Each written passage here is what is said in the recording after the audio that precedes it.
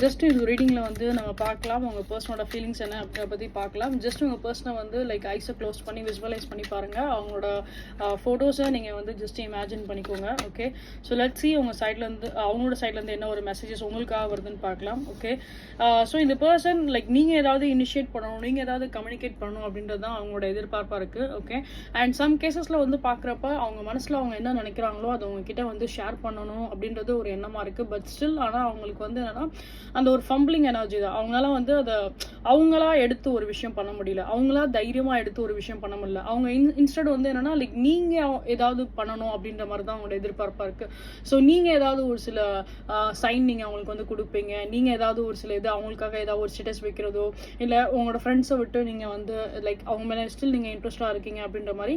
So உங்களோட சைட்ல இருந்து இந்த பர்சன் வந்து ஏதோ ஒரு சில ஆக்ஷன்ஸ் எதிர்பார்க்குற மாதிரி தான் இருக்கு.